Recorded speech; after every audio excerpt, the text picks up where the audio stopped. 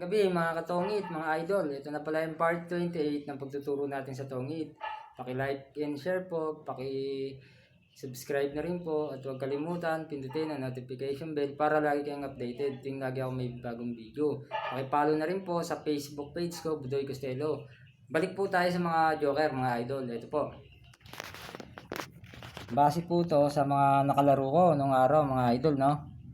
Kung paano manalo yung dalawang joker, kasi hindi porket dalawa yung joker mo, mga idol, mananalo ka na. Ito po, kung nakikita nyo po, ganyan, no? Ngayon po, mga idol, pag ito tinapon natin, ilan ang bilang nito, mga idol? Bali magiging 17 siya, no, mga idol, kasi kampay ito, no? Nung araw kasi sa amin, pwede siya ikampay. Pag wala kang buo, yung malamparis dito, pwede siya sa ganyan ikampay. Ngayon, kung ganito rin yung laro nyo, maganda, maintindihan nyo. Ganito po gagawin natin, no, mga idol. Ang itatapon natin dito, hindi na king kasi mamimirmis tayo doon. Alas na po, mga idol.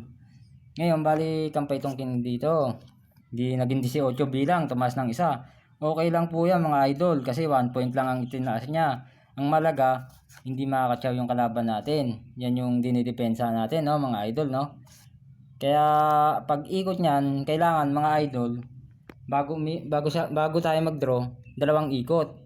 Kasi pag dreno natin to kagad, mahalata tayo. Siyempre, papakita natin to. Sisitahin tayo ng kalaban natin. Uy, kampay yan, di pwede yan, ganun yan.